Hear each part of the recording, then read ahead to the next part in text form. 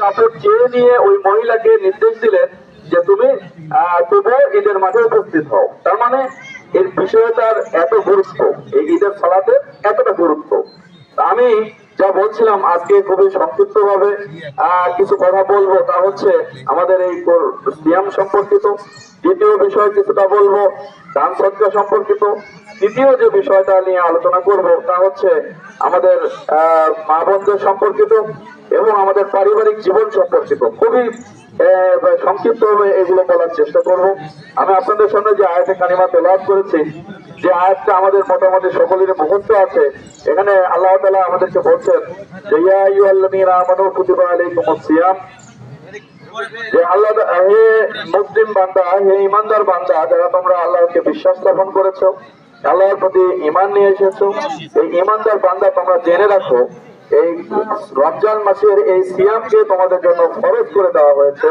ফরজ মানে অবধারিত, যার কোনো বিকল্প নেই।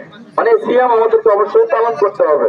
সালাত যেমন ফরজ, যার কোনো বিকল্প নেই, আদায় করতে হয়, এই সিয়ামটাও সেরকম ফরজ, যার কোনো বিকল্প নেই। এই সিয়ামটাকে তোমাদের জন্য একেবারে অবধারিত ফরজ করা হয়েছে, একেবারে অবধারিত ফরজ করে দেওয়া হয়েছে। যেন এই কারণেই এটা করা হয়েছে যে তোমরা যাতে পরহেজগারিতা অর্জন করতে পারো এই সিয়াম পালনের মাধ্যমে।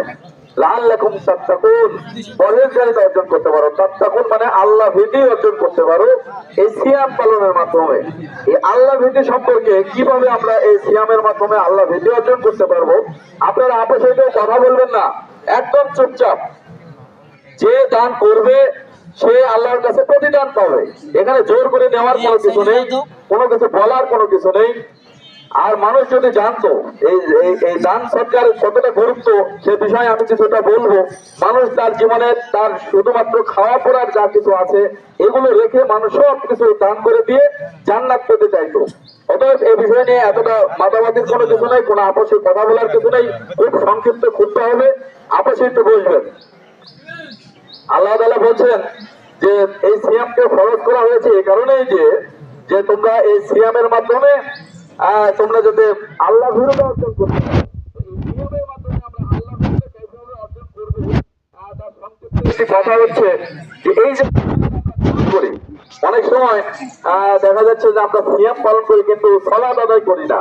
আবার অন্যান্য যে দিক নির্দেশনা গুলো রয়েছে, ইসলামিক হুকুম রয়েছে, সেগুলো আমরা যথাযথভাবে পালন করি না। কিন্তু এই সিয়াম আমরা অন্যান্য কিছু না করলেও আমরা একান্ত ঘরের ভিতরে থাকি, একাকী অবস্থা